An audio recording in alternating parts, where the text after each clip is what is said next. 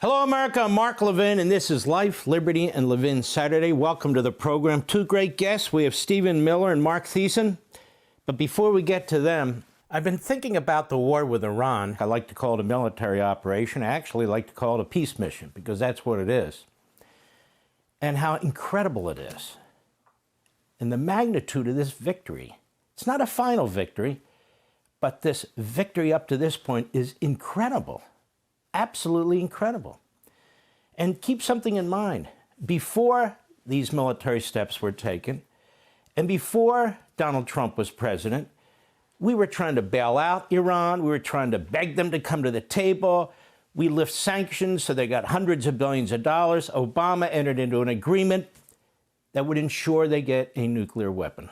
Back in 2015, Benjamin Netanyahu, the Prime Minister of Israel, did something extraordinary. He came to the United States, came to Washington, gave a speech to both the House and the Senate, a joint session, in his opposition to this Obama deal.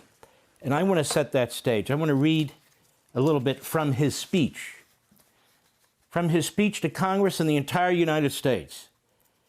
Every several years or so, you're called upon to make a momentous decision where the stakes are high and both sides of the issue are vociferous in their views. Now, I'm not going to read it all. I'm bouncing around.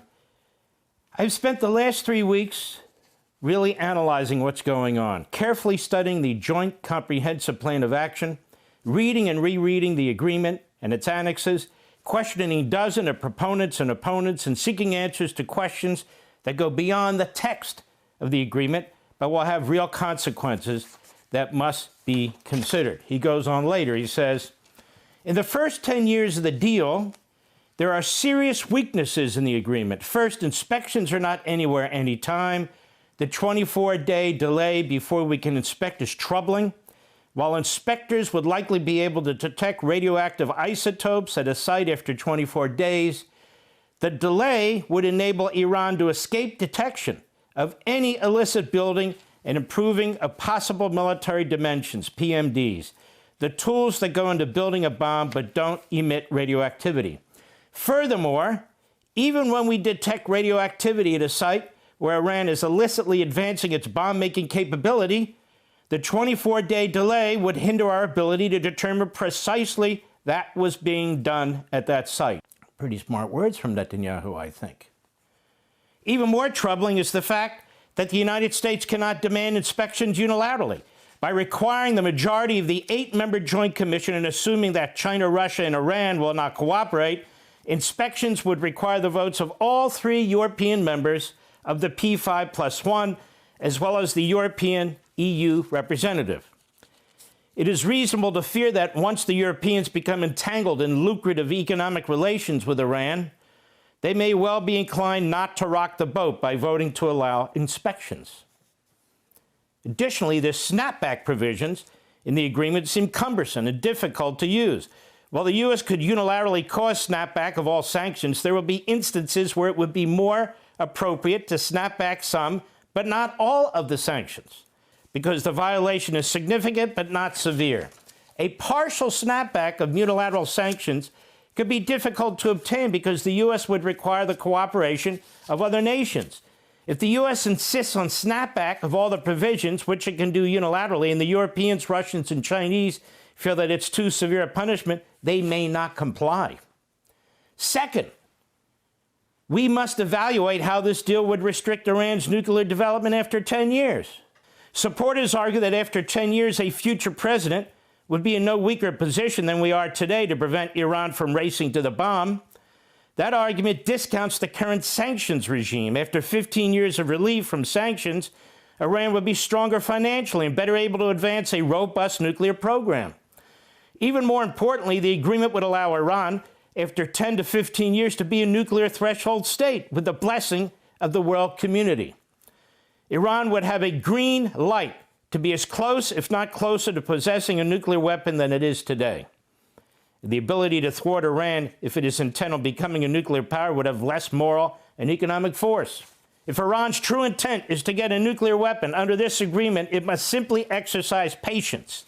After 10 years, it could be very close to achieving that goal. And unlike its current unsanctioned pursuit of a nuclear weapon, Iran's nuclear program will be codified in an agreement signed by the United States and other nations. To me, after 10 years, if Iran is the same nation as it is today, we will be worse off with this agreement. And it goes on in exquisite detail.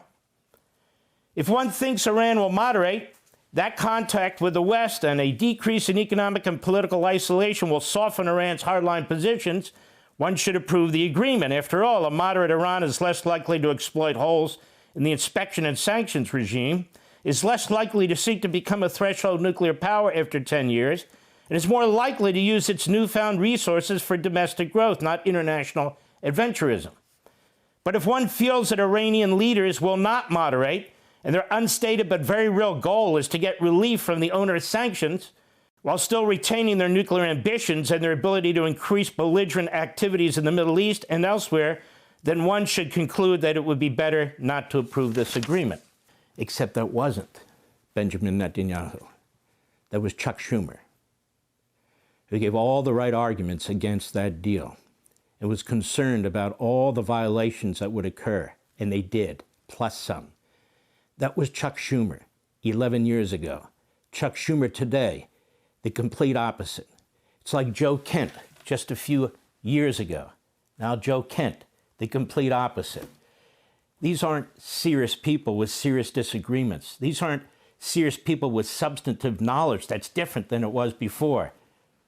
No, no, no. These are people who just oppose Donald Trump. That's the truth. Now, I want to get into some more things here. How spectacular this military operation is. Now, before we even began this military operation, in fact, before we bombed their nuclear sites in June, the Iranian regime and its surrogates killed 603 soldiers in Iraq. Before we did anything. They killed 241 soldiers, Marines, and sailors with Hezbollah in a barracks in Beirut. So they already had killed almost 850 Americans in those two fields alone. For people who say the casualties in this mission, this military action, are too severe, I agree that any red-blooded American who goes to war and who is killed is one too many. And these are great heroes. I have the list of them right here, the 13. These are fantastic people. I took the time to look into their backgrounds and so forth and so on. They are great people. But there are times at which you have to take on an enemy or you're going to have more people killed. I just explained how prior to this military action, they were killing us as it was. And now they want nuclear weapons to blow us off the face of the earth. I don't give them the benefit of the doubt. I don't know why Schumer today gives them the benefit of the doubt. I don't know why the conga line of Democrats gives them the benefit of the doubt. I don't know why the woke, Reich, neo-fascist isolationists give them the benefit of the doubt. Why would you give a terrorist regime that slaughtered Americans and is the biggest promoter of terrorism the benefit of the doubt? They don't get the benefit of the doubt, and they've lied over and over and over again, as Schumer said they would. You're supposed to be blind to that? No. But then I'm looking at other casualties that took place in other battles we had. This is 13. Heroes. Heroes.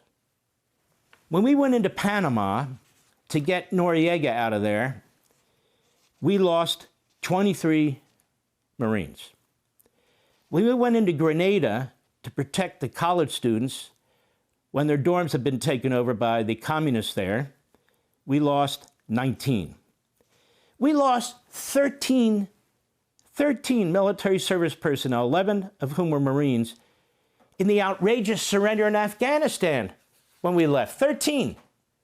And I don't remember the media getting all worked up about that. In fact, I remember Joe Biden looking at his watch.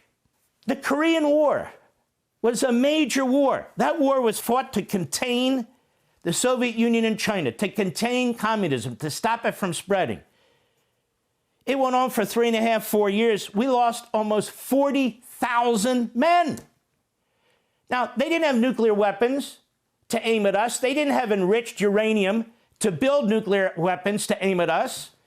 So we wanted to contain communism. We thought that was a grave threat. We were right. We lost 40,000 men in that war. By the way, Congress didn't declare anything either.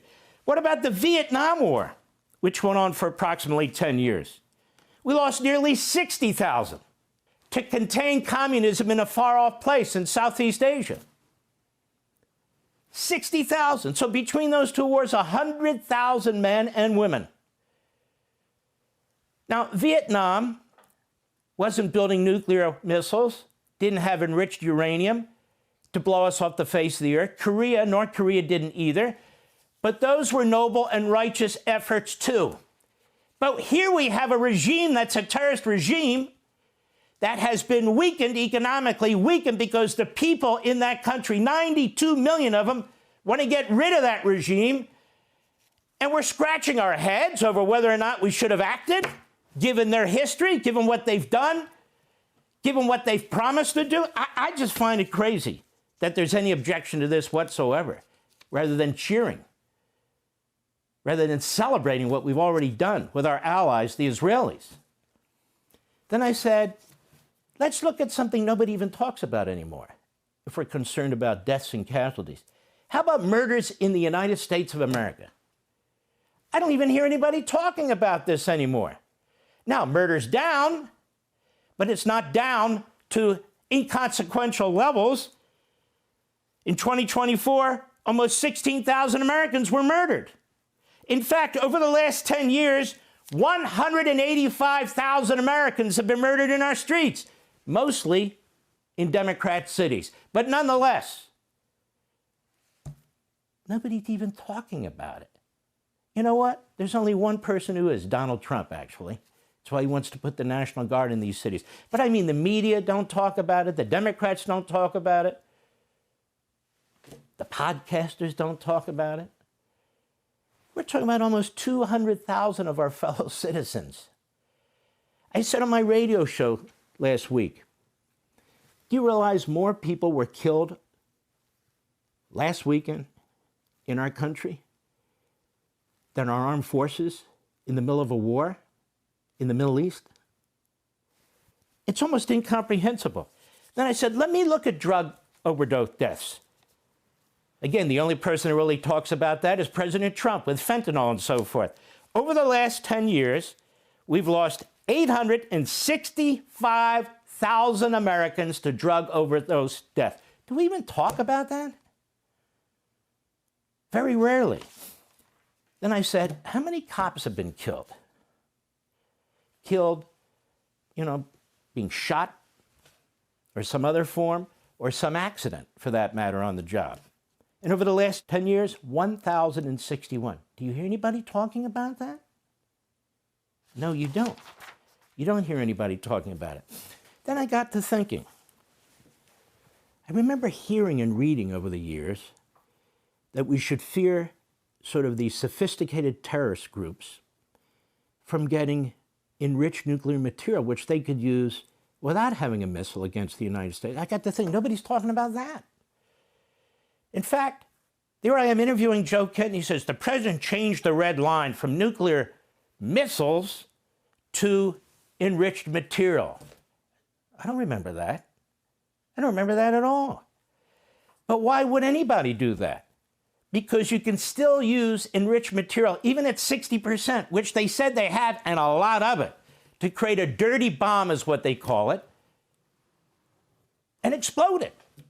You don't need to shoot a missile. In fact, I've done all this research. I've looked at all these experts. They make the point that you could blow up a dirty bomb with conventional explosives if you do it right.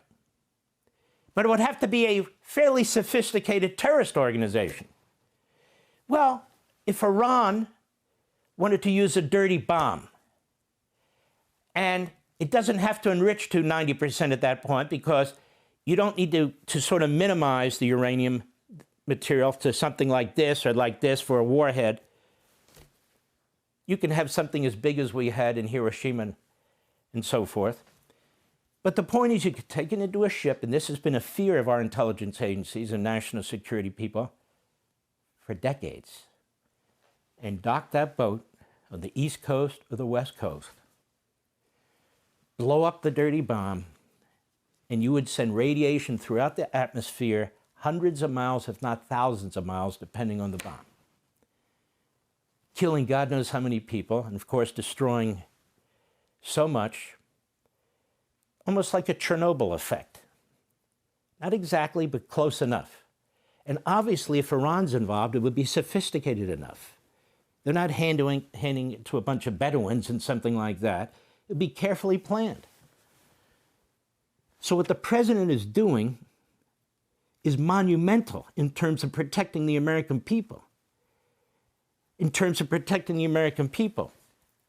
So this is the problem with the argument of the Democrats. This is the problem with their switched position, Schumer's changed position. This is the problem with the media and so forth. They're not thinking through, they're not thinking outside the box. The president has to, people are bringing information to him, and he has to worry about all these things. Now, one other thing, troops on the ground. He said no troops on the ground. I don't remember that in any campaign speech either. But why would we need troops on the ground? Well, there's a lot of reasons, and we wouldn't need 300,000 of them. It's this uranium, too. We've got to get the uranium. If it cannot be destroyed, if it cannot be altered, we got to get it. For the reason I just said. You can make dirty bombs, and over time you can still make sophisticated missiles. So you need to get to the uranium. That's why I'm reading in the paper, we're talking about the 82nd Airborne, we're talking about these various special forces and the various military services and so forth. He's not talking about sending regular army and infantry in by the hundreds of thousands. The men he's talking about, the units he's talking about, they are specialized. And you know what else? I remember from my days in the Reagan administration. Many of them are trained for a moment like this, to try and secure enriched uranium. Many have been trained for moments like this. I guess what I'm trying to say is we are in good hands.